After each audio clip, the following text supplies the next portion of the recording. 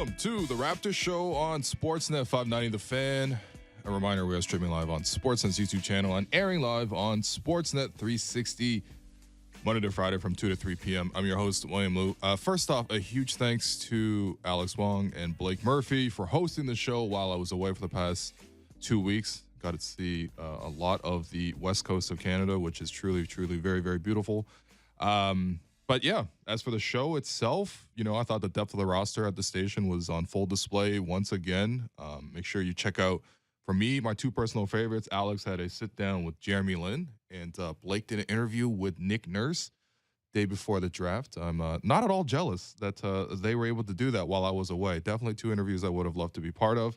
But seriously, though, they did such a great job holding it down. And yeah, I'm back right after the night of the draft.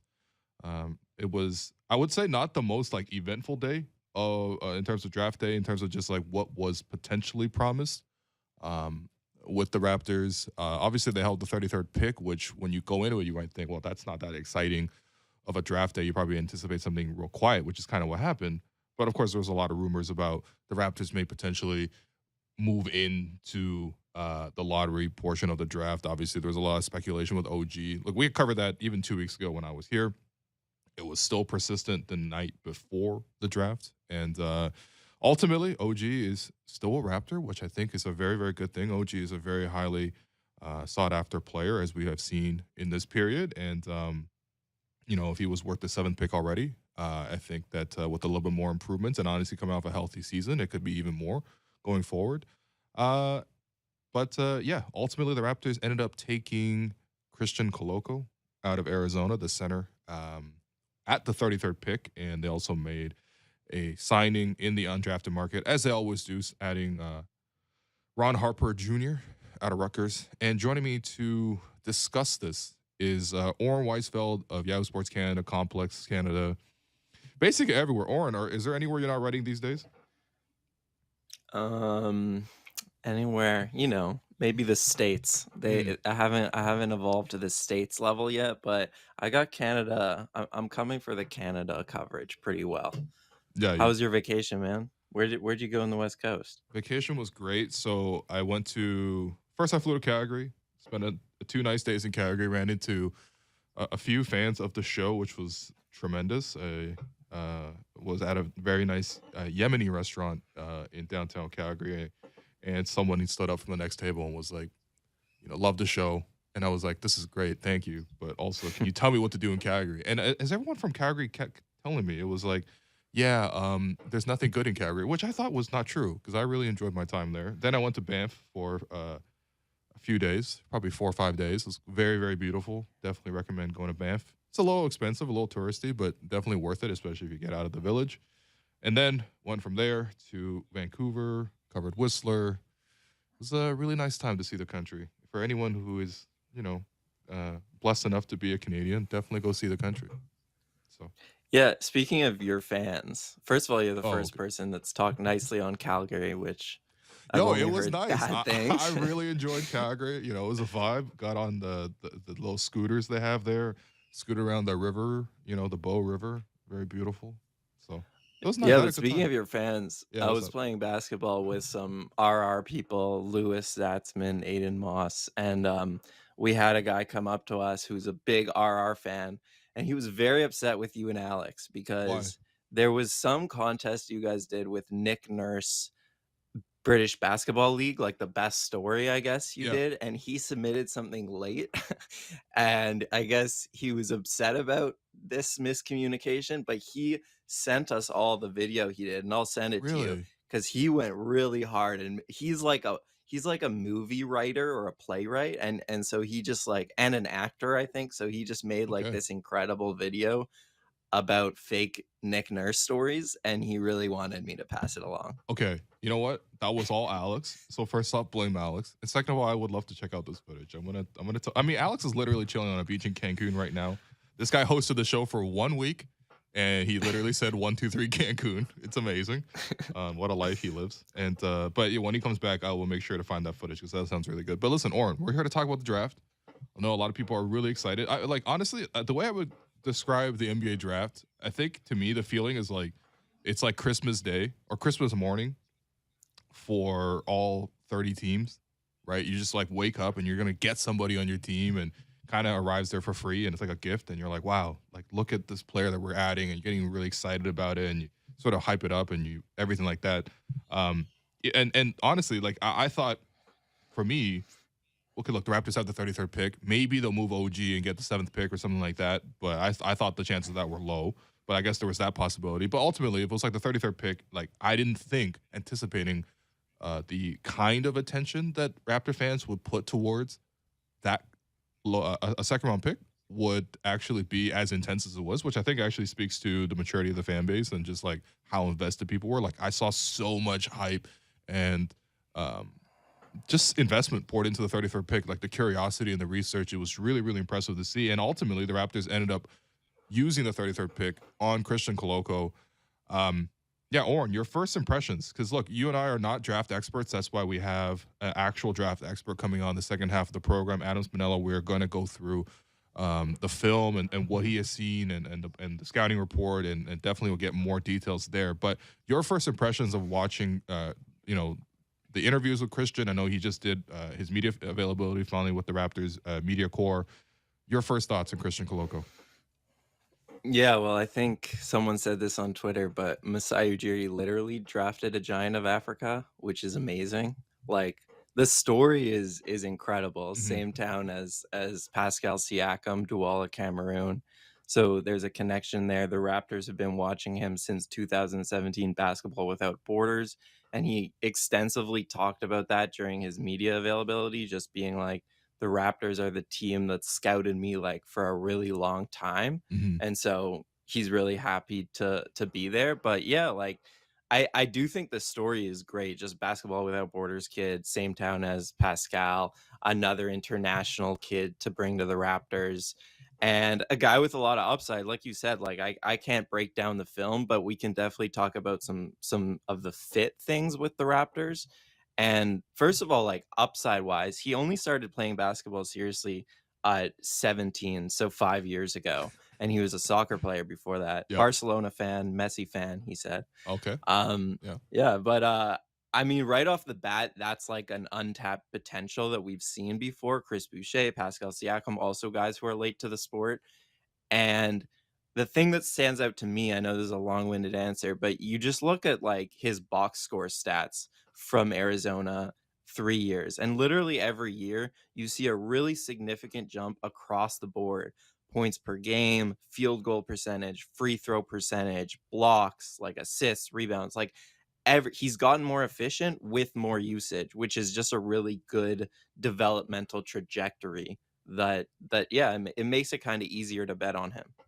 Absolutely. And I know, look, for a lot of people too, is like, well, he's 22, right? Is that sort of the thing where that's one of the reasons why he might drop the second round because he's like, well, he's a little older for a prospect, all this other stuff. I think to me, like the age itself doesn't necessarily matter. It's really about the experiences you're mentioning, right? Him coming to the sport late. And I think the fact that he's shown very consistent improvement over the 3 years he played, it's very, very clear on the box score. And I think this past year, obviously, was a breakout year for him. He took home so many accolades.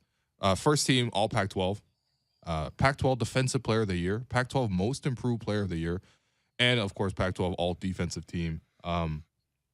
Yeah, I mean, this is, I think, one thing, it just definitely reflects his hardworking nature. I think that's something that's going to be very, very clear, and it's something that the Raptors have always coveted in their players. This is a program that, if for nothing else, is built on a tradition and a culture of like getting better and a commitment to always maximizing your skills. And I think that he's going to fit that nicely. Now, okay, let's talk about the fit, because usually, when we're talking about a second round pick, right, like fit is not something that even mostly enters the conversation a lot of the times. However, I think on a team like the Raptors, where again we have the Vision 6'9" thing, and everybody is a 6'9" forward, Christian Koloko is not a 6'9" forward. He's a 7-footer, a genuine 7-footer, right? He's got a 9'5" standing reach. So to put that into perspective, that's around the same as like a Clint Capella, right? I've seen, in terms of his defensive abilities and sort of like the way he projects to fit as a defender at the next level, I've seen a lot of comparisons to like a guy like Nerlens Noel.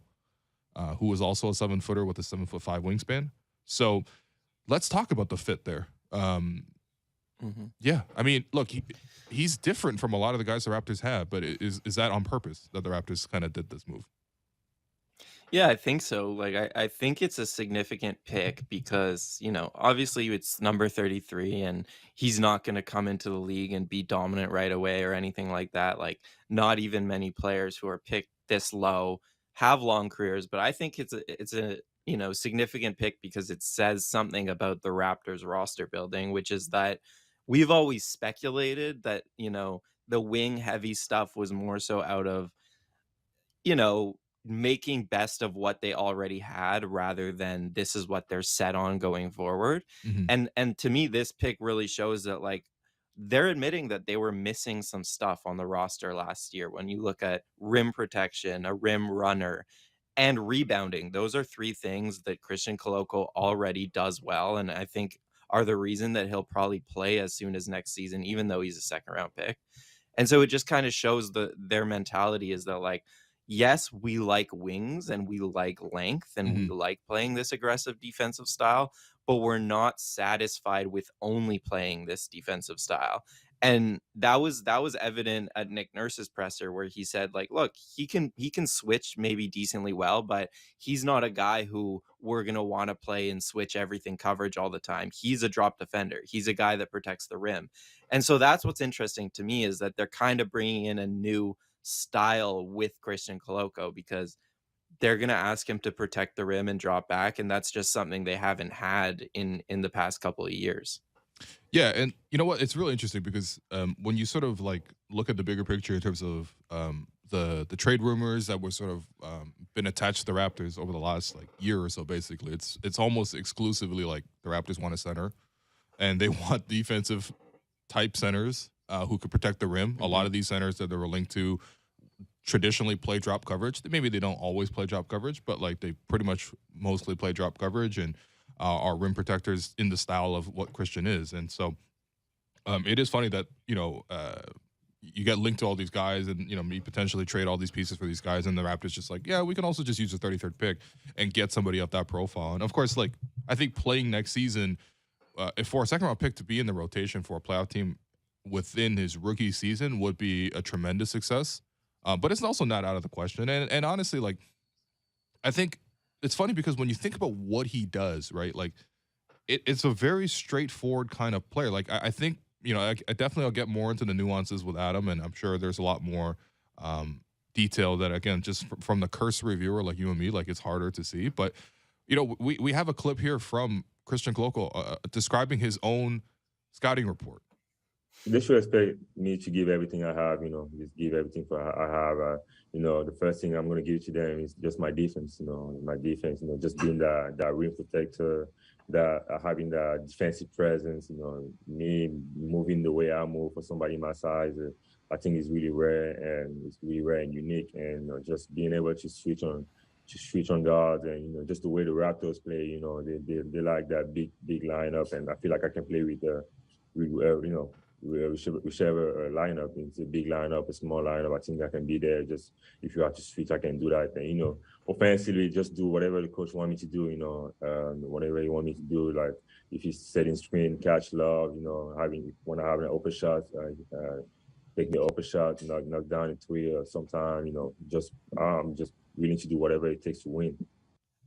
Yeah, so I think even just from that clip alone, like he's very aware, sort of like what he is and what he's going to be in the next level, which I think honestly most of the conversations I've heard around this, either from Nick, from Bobby, obviously from Christian himself, it's like it's pretty clear. They're very aligned in terms of like what his role is going to be.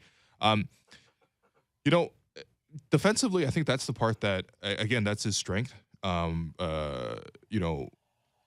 There was something that Nick said as well, which was kind of interesting, where it's like, look, if he's really truly able to hold down and protect the basket, I think that really gives the Raptors even more of a license to be aggressive on the perimeter, which I thought was really interesting because the one thing you want to think is like, okay, well, he's not 6'9", maybe it's not as switchable, whatever, blah blah blah blah blah. You playing drop coverage. Raptors don't generally play that much drop coverage, but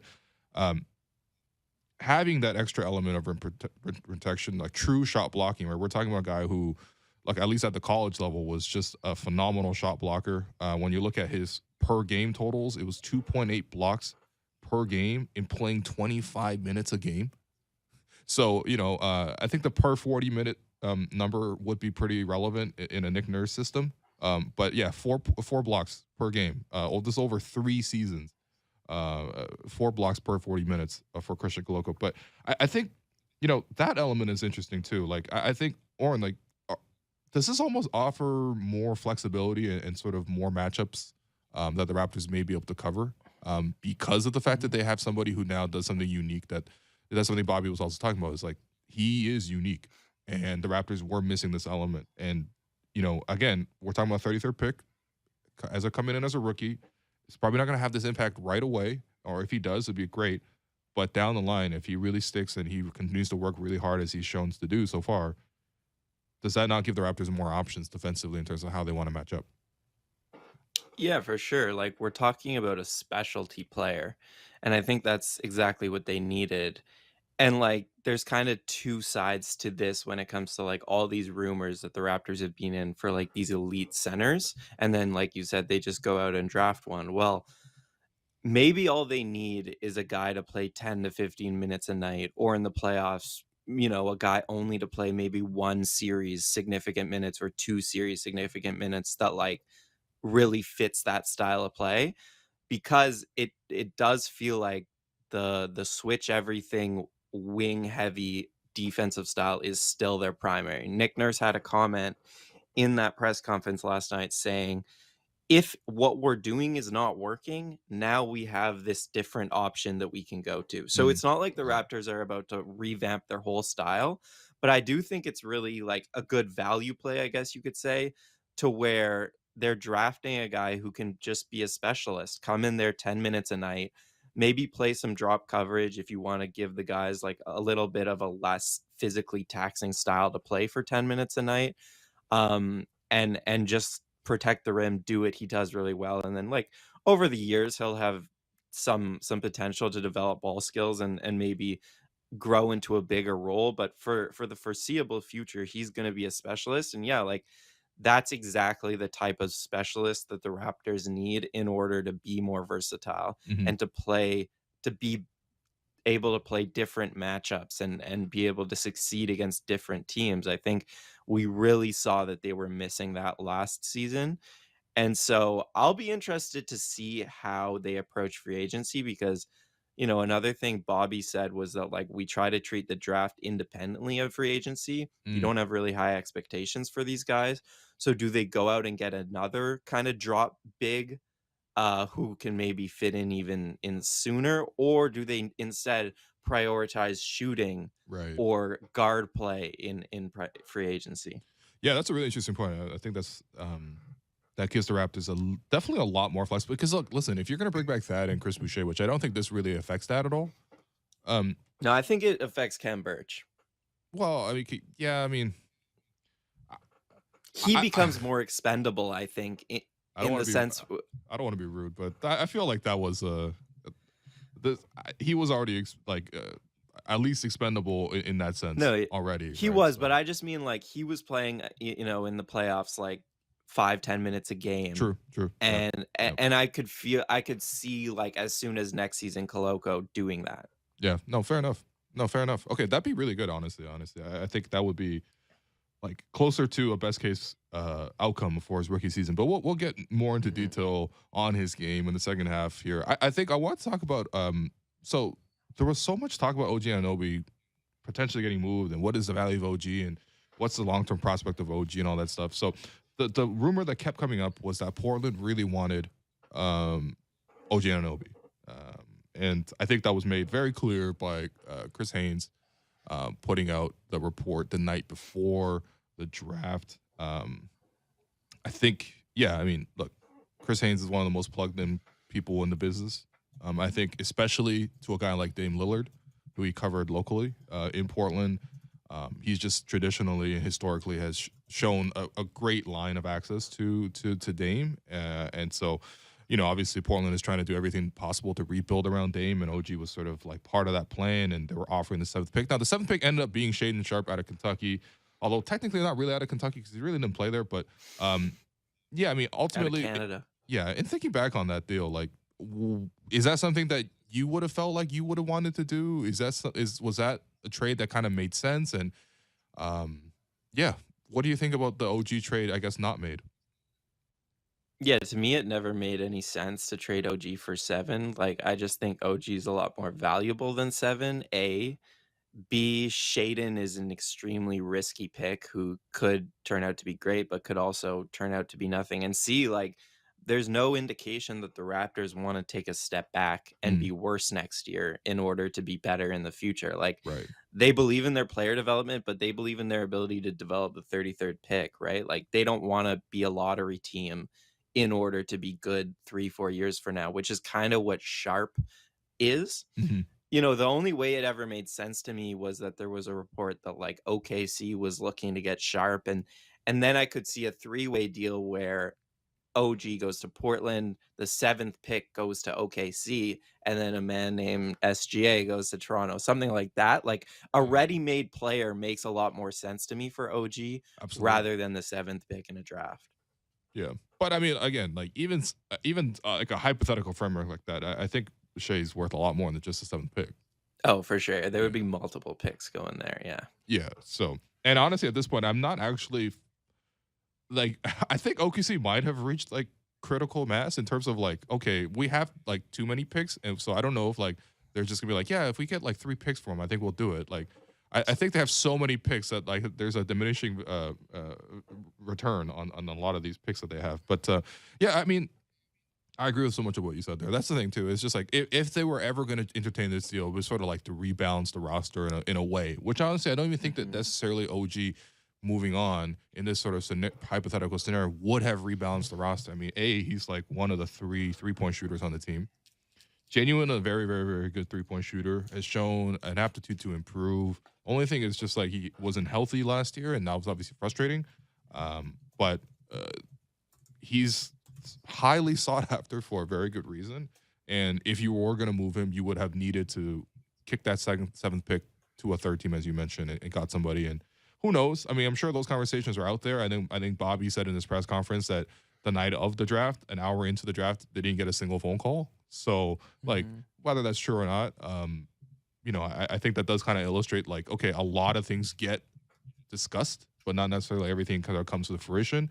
And it really depends on how much of it actually reaches, like, actual news cycle itself, which a lot of the time is sort of like a game, really. It's like team directed. Like, you can see, for example, like, Portland put, like, a big public press, full court press on potentially acquiring OG, and everything else that kind of might have also sort of played into that. But ultimately, he remains a Raptor. The Raptors did not move him for the 7th pick. And yeah, I think, you know what? Listen, his fit on the team is something we could probably continue to discuss in the summertime. And Oren, we'll definitely have you back on to talk about that. But before I let you go, Canadians in the NBA draft. So we had, what, 4 go in the draft last night? 4 in the top 32. Yeah, Ben Mathurin, 6th overall to Indiana. Shaden Sharp, 7th overall to Portland. Andrew Nembhard, 31st to Dallas. And Caleb Houston, 32nd to Orlando. Your quick thoughts on just like how each of those 4 guys fit with those programs that they've ended up with? That's tough. I mean, first I'll say that it's always like reaffirming when Canadians shoot up these draft boards late, which pretty much all of them did, maybe except Shaden Sharp. But all these guys were projected to go lower than they actually ended up going, which kind of shows to me a lot like that just Canadians are consistently overlooked.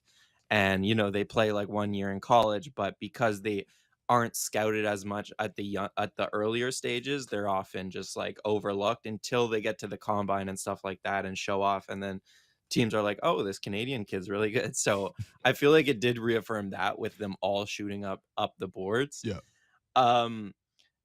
Portland, I don't understand what they're doing because Me they're neither. trying to build around Dame, but they're also taking the most like, you know, risky prospect in the draft who's not really ready to contribute to winning by all accounts. So I can't really speak on that one for Sharp. You know, I'm happy for Mathurin Really happy. because A beautiful moment. it sounds like, yeah, he had a great fit. It sounds like Malcolm Brogdon is out of there, so I think there's like a lot of touches to be had.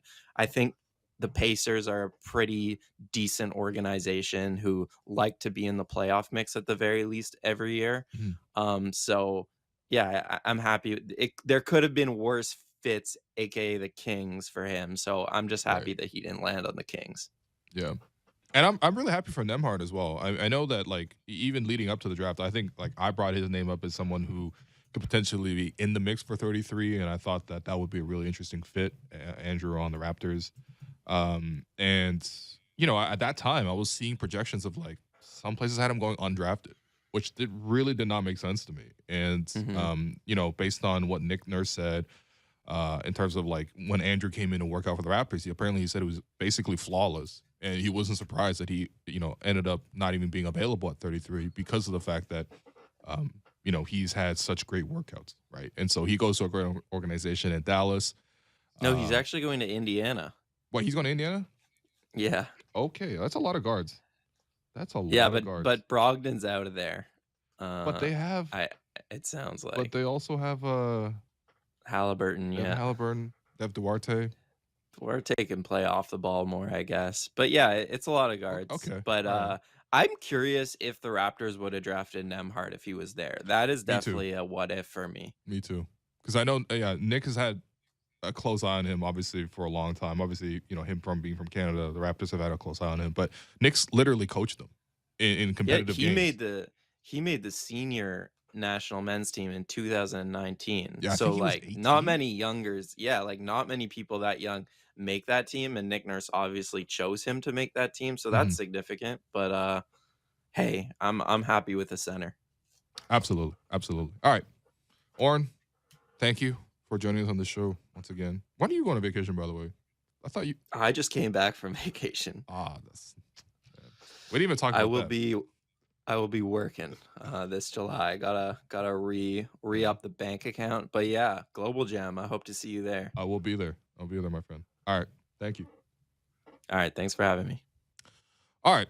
This being Friday, we also wanted to give our Friday shout outs, usually given by Alex, but obviously he's lying on a beach somewhere, probably reading 6 or 7 books, which is usually what Alex does. When I'm on vacation, he just sits by himself and reads nonstop, which is kind of nice, actually. But yeah, so our Friday shout outs, always shout out to Derek, Jennifer Rolnick, producer Rob, Ryan Fabro, Kyle Crabe, JR, Dan Coleman, Greg Sansoni, Pat Flash. I think Alex is better at doing this portion. I'm sorry. I guess I just don't have a lot of thanks to give in me, unfortunately. But we also got to thank the guests who came on the show this past week. Samson Folk, a.k.a. the next one up at Raptors Republic. Wes Brown from the Money Morning Scouting Report. Rafael Barlow of NBA Big Board.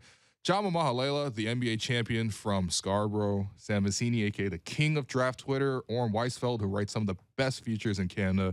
Adam Spinella, the boxing one, who, for my opinion, makes the best draft videos on YouTube. Invaluable resource. And we're going to speak to him right after this. And of course, Nick Nurse, the musician, the coach, the philanthropist, the Renaissance man. Yeah, what a guest list. Great job by Blake and producer JR and Derek for making all this happen this week. But for us, we're going to take a quick break. I'm your host, Will Lou, and you've been listening to The Raptors Show on Sportsnet 590 The Fan.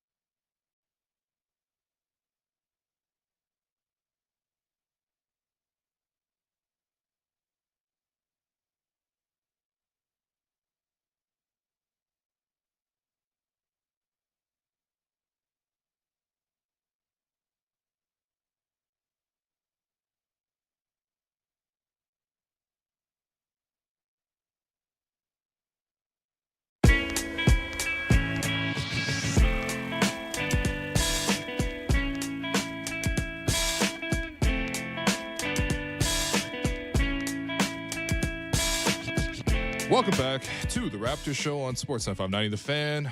I'm your host, Wayne Liu. And as promised, for the second segment, we are joined by draft expert Adam Spinella of the Box and One, who I've spoken to in the past. It's just a great resource on the draft. Adam, thanks for joining me on the program once again, man. How you doing? I'm doing great. Thank you so much for having me here. This has turned into an annual tradition, a day or two after the draft, where you and I get together and talk about some of the selections made by the Toronto Raptors. A little less exciting this year as opposed to what we saw last year, but still a lot to unpack here. Yeah, for sure. No, seriously, thank you for being so generous with your time. Honestly, for people who don't know already, you probably already are familiar with Adam's work, because if you are at all interested in the draft prospects, and I think the best videos for me are the old sort of Draft Express style videos where it's here are lots of clips pulled from a very trained eye and sort of some observations sort of shared about the player. These draft scouting videos are I think the absolute lifeblood of people who cover the draft, because to be honest, 90% of us, and I'm definitely including myself firmly in this group, don't watch enough college basketball or international basketball or whatever, even high school basketball to sort of know. And so if you search for, the Raptors drafting Christian Koloko or Harper Jr. off the undrafted market, and we'll cover both of those guys in depth, you will see Adam's videos pop up for you on YouTube. And I'm telling you, they're the absolute best ones there to get familiarized in terms of the little details about their game that we haven't seen. So let's go into that. So Raptors take Christian Koloko, 33rd overall, per 40 numbers in his third season at Arizona were spectacular. 19.8 points per game, 11.5 rebounds per game, 4.3 blocks per 40, shot 63% from the field and 73% from the foul line. Can you give us sort of the quick rundown of sort of what the Raptors fans can sort of expect from Christian Koloko and why they liked him at 33? So he's a big man who really does a little bit of everything pretty well. I wouldn't say that there's one major skill that he has that blows every other big man prospect out of the water. He's a good rim protector. You see that by his 4.3 blocks per 40 minutes, finishes efficiently at the basket. A lot of that comes more through power off the pick and roll and lob plays and just being so big and strong on the interior. Not a ton of touch right now, but that can be developed a little bit. A decent assist total number for a guy who's more of a big man. And more than anything, I think the Raptors were impressed by his general demeanor and his trajectory. You mentioned a really good third year here at Arizona. It was a major step forward from where he was as an underclassman. And a lot of that, from what I've been able to tell, came out due to the coaching change that was made there at Arizona. Tommy Lloyd, who was a former assistant at Gonzaga, came in and took over for Sean Miller. And the coaching change, the way that they were able to connect and reach Christian as a human being, I think allowed him to tap into his strengths a lot more. And that's the major reason we saw such a big step forward. Yeah, that's a very interesting note. And I'm definitely going to try to connect with his coach to sort of discuss his season, and just his progression overall. Okay, so, it's interesting because when you watch a lot of the other analysis of Christian, I think probably a lot of people are sort of too guilty of this, especially come time of the draft. Sort of you put people in a box, especially because it's you don't know this guy yet. So you sort of compare him to a style of player. And to me, it seemed okay, in this case with Christian, it seemed like he's a guy who is going to protect the rim. He's going to play drop coverage. He's got great size, got pretty good mobility for a guy who is 7 feet and has a 9'5" standing reach and 7'5" wingspan. And he seemed very committed on that end defensively and will rebound for you.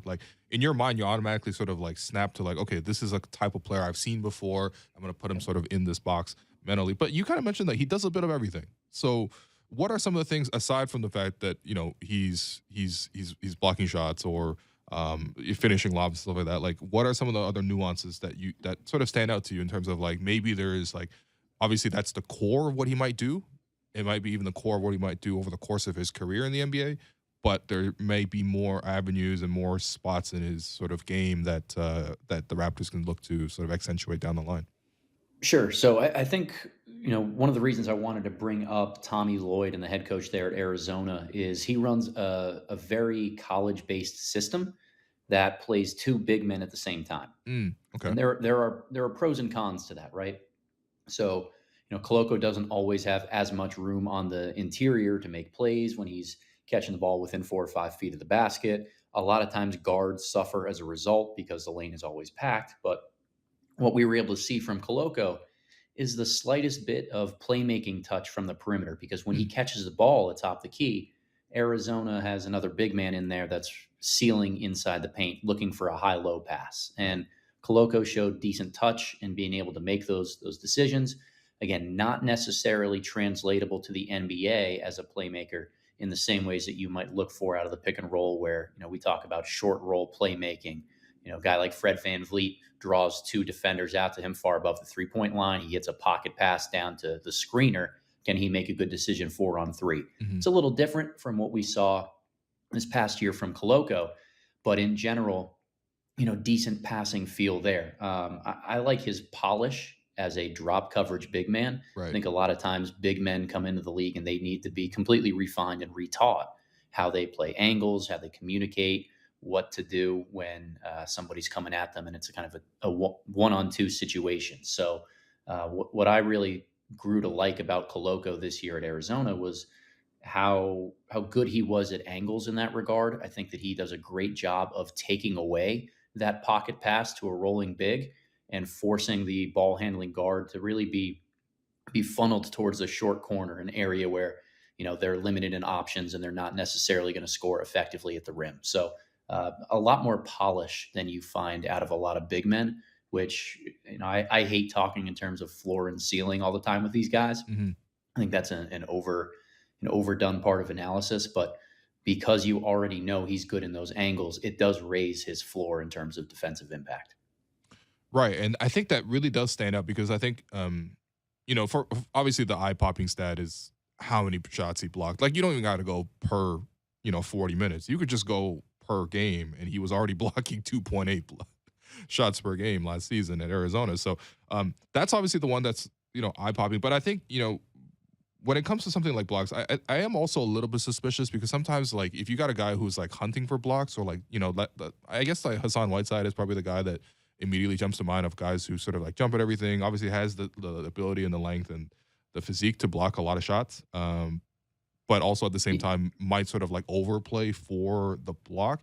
What I really liked from watching your videos is, like, there's a lot of instances where he's just guarding really well using verticality. And the fact that he is taking these good angles and these good paths, and when you're looking at playing drop coverage, a lot of the time you're basically playing a cat and mouse game because two guys are coming at you at the same time, both coming downhill. And it seems to me, at least based on the clips that you pulled, that it's like he's got a really, really good sense of this to the point where I'm thinking, well, okay, look, the rest of his game probably needs to come along more, obviously. We're talking about a second-round pick, but could he be somebody that, plays in a certain matchup for the Raptors even as soon as, like, next season? Yeah, and I think, you mentioned with the cat and mouse game, that's where he's great. He's not going to be a Hassan Whiteside type of guy that's just going out there and chasing blocks left and right. I mentioned earlier he's good at a lot of things. I don't think he's great at one thing. Rim protection is probably his best trait right now, but he is not coming into the league with like a Rudy Gobert-ish type of upside or ceiling to be just this elite shot blocker someday. He's good. He's very, very good. And the analytic models based on, on-off stats last year at Arizona really trended to show how vital he was to their defensive impact. But when I say he's not great at one specific thing, the reason he is a very good selection here is because he's good at so many other things. He can pass a little bit. He's a solid finisher. He does communicate on defense. He's a little bit more mobile than he gets credit for. Not a switchable big, but if he has to switch onto a guard for one possession, he's not going to be automatically toasted. So there's a little bit of hope that he can move his feet when he absolutely has to. So, instead of focusing on what exactly is going to be his calling card at the next level, I think this is a really safe prospect to come in there and say, you know what, if we need to play a little bit more of a true big man for some minutes for whatever matchup purposes, he's going to be big enough and strong enough to play that position. but he doesn't concretely tie us down to one specific style of play. Right. And I think that is really interesting because when you think about, okay, so Arizona obviously played him in a drop a lot of the time. It made a lot of sense to play him in a drop, honestly. Right. But the Raptors as a whole, at least just based on what I've seen this past season of them, didn't play a lot of drop. Now, I think that probably has a lot to do with their roster construction. It really didn't make that much sense to play in a ton of drop. If anything, if you're playing a guy like Precious Achiuwa at the 5, who's 6'8" and has tremendous foot speed, by all means, switch a lot. Be aggressive. Bring your bigs up to the level of the screen. Trap above the three-point line if you need to. Like, you had the personnel to do that, and that probably was the best look for you. I mean, the Raptors are starting Scotty Barnes at center a lot of those possessions. Definitely put Scotty Barnes wherever you need to on the floor. You can definitely get to all the spots. But I think also having this sort of different identity, I think will really maybe help. And I think one thing that Nick Nurse mentioned that I wanted to get your thoughts on, Adam, is just like having that actual true level of rim protection maybe allows you to be even more aggressive elsewhere in terms of the other 4 positions. Do you sort of see that as sort of like, again, like, keeping in mind, this is a second-round pick. This is a rookie. Like, we got to relax a little bit. But at the same time, like, if it all pans out and if he is as good at protecting the rim in the NBA as he was at Arizona, like, does that not sort of give the Raptors another sort of look to sort of cover a lot of different types of matchups? No doubt about it. I think that obviously Nick Nurse is way smarter of a basketball mind than I am. So, if he says it, I'm going to go ahead and trust him in that regard. But it does check out merit-wise. And I think the idealized version of Koloko is as a rim protector who really can defend in drop coverage, is a good weak side shot blocker. And yes, that does allow all of the toolsy, athletic, long Raptors perimeter defenders to be a little bit more aggressive there, to switch on the perimeter and not worry about somebody slipping to the basket because they have Koloko behind them. And to get that type of guy who, a lot of people had a first round grade out there on Koloko, to get him in the second round provides really good value, not necessarily because he's not a top 30 talent in this class, but because a lot of times if you have a 4-year contract to hand out, or you're going down that developmental path a little bit more, in the first round, you're not looking at those typical bigs. That's just the way that the game has trended. More versatility, more shooting, more length and perimeter skill. So I think Koloko falling 33 is not an indictment on who he is as a prospect, just the position that he plays. And, you mentioned roster construction. I think the Raptors are trying to build a team of as many long, versatile, switchable type of guys as they can. But there are going to be matchups when you can't win that way, or at least when you need to be able to have a bigger body out there to defend a post player, to do whatever it is that they need to do to protect the basket. And you close with those smaller lineups with multiple switchable, versatile guys. So I would think that Koloko, not necessarily going to be a guy that's on the floor in the closing moments of games, even at his peak. I would think that the Raptors, in the way that they're trying to build this roster, would prefer to have Siakam and Barnes and different guys at the 4-5 combination. But you need somebody like this on your roster. He's as dependable of a rookie as you're going to find in that regard, to come in and give some minutes right away.